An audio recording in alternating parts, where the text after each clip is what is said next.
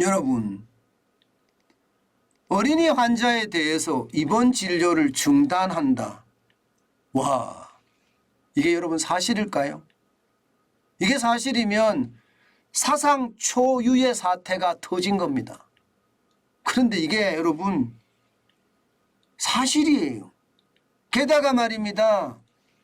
가천 길병원입니다. 이게 뭐 완전히 대형 병원이라고 이야기할 수는 없지만 중대형 병원이라고 이야기할 수 있잖아요. 이 중대형 병원에서 말입니다.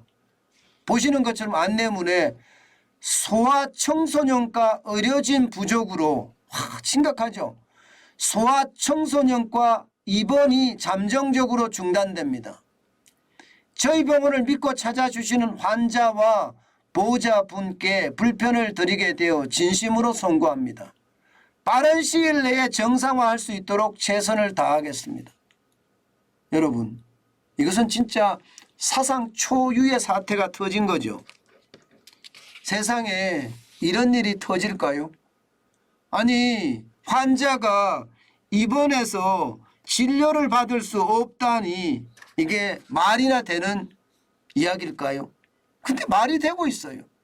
그것도 21세기 대한민국에서 말입니다. 이런 일이 왜 생길까요? 왜? 여기 안내문에도 있는 것처럼 소아청소년과 의료진 부족이라는 말이 있습니다. 지금 가천 길병원은요, 소아청소년과에 교수하고 합쳐서 의사가 2명이래요.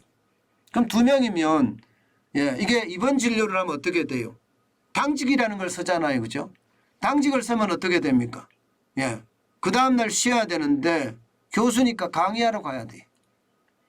뭐 레지던트도 마찬가지겠죠. 전문의도. 전문의도 마찬가지. 이게 뭐 쉴 수 있는 날이 없습니다. 교수까지도 당직을 서는 판에 전문의가 뭐 당직을 하루 이틀 쓰겠습니까? 2명밖에 없었다면 이게 하루 이틀이 아니라 밥 먹듯이 했다는 뜻이에요. 밥 먹듯이 했다. 그러면 여러분 2명 가지고 도저히 버틸 수가 없으니까 이런 중대형 병원에서도 입원 진료를 중단한다는 초유의 일이 벌어진 겁니다. 그럼 왜 이렇게까지 줄어들까? 소아청소년과의 의료진이 여러분 보시다시피 2019년 대비 2023년 지금 소아청소년과에 지원하는 전공의 비율을 보시면 놀랄 노자입니다. 80%가 줄어들어요. 80%. 2019년까지만 하더라도 80명이었다면요. 지금은 2023년 그러니까 내년에 올해 뽑는 거죠. 내년에는 15.9%라는 15.9%. 야, 이것은 어떻게 생각하면 2019년에 80%가 지원했던 것을 지금은 15.9%가 됐으니 이게 뭐 난리도 아니죠. 전공의들이 지원하는 게 이 정도로 떨어졌다는 거예요. 이 정도로. 이렇게까지 떨어지면 여러분 이게 가능할까요? 실제 말입니다. 실제 이게 세브란스 병원 같은 경우도 심각하다 이런 얘기 나오거든요.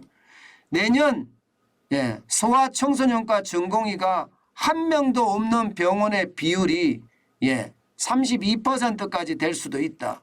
2024년에는 60%까지 이룰 수 있다. 이런 암울한 전망까지 나옵니다. 암울한 전망까지.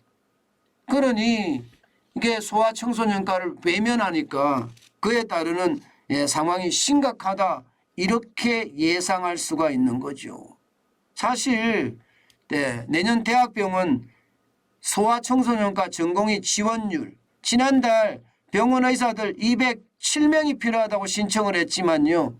이달 확인된 지원자는 33명에 불과합니다. 33명. 굉장히 많이 떨어졌죠. 굉장히 많이 떨어졌습니다.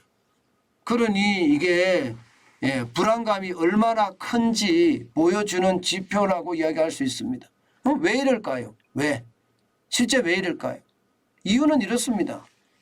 이유는 기본적으로 상대적으로 수가가 낮다. 다른 전공과보다 잔일도 많고 건강보험 수익은 거의 없다. 게다가 저출산 코로나 여파로 환자가 줄어들고 있다. 지난 5년간 국내 신생아 수가 36%나 줄었답니다. 그러니 당연히 돈이 안 되잖아요. 안 가는 거예요. 게다가 업무량 부족이 되니까 의료진이 부족하니까 업무량이 많아지죠. 그러니까 진료도 많고 당직도 많이 찾아오니까 야 요즘 삶의 질을 중시하는 시대에 안 하겠다 이렇게 되는 거죠. 게다가 의료 책임에 대한 것도 문제입니다. 보호자들의 항의도 많고 법적 처벌에 대한 불안감도 크다.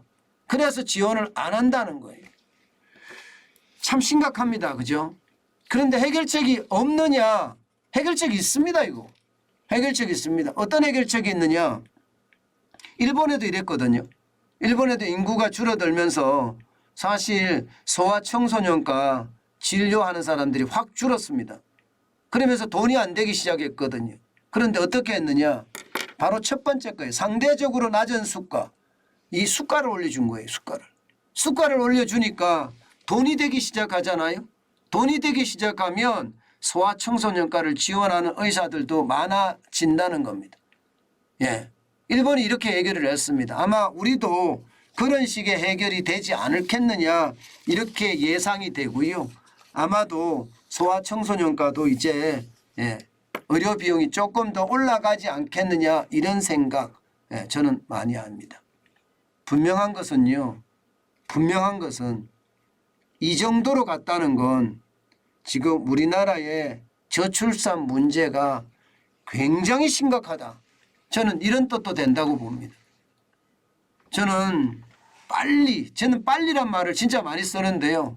그만큼 지금 이제 급하다는 뜻이에요.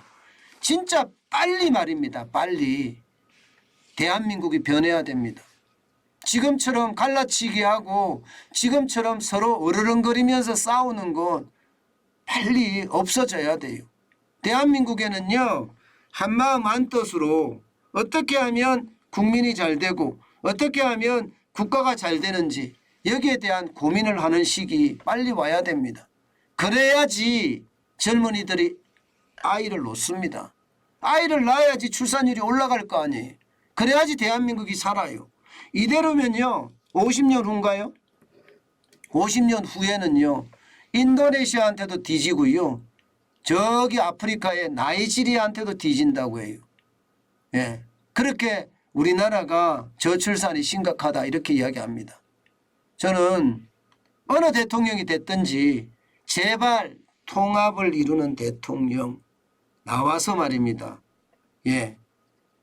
진짜 좋은 나라로 만들었으면 좋겠습니다. 그렇게 하려고 하면요. 제가 늘 말씀드리는 거 있습니다.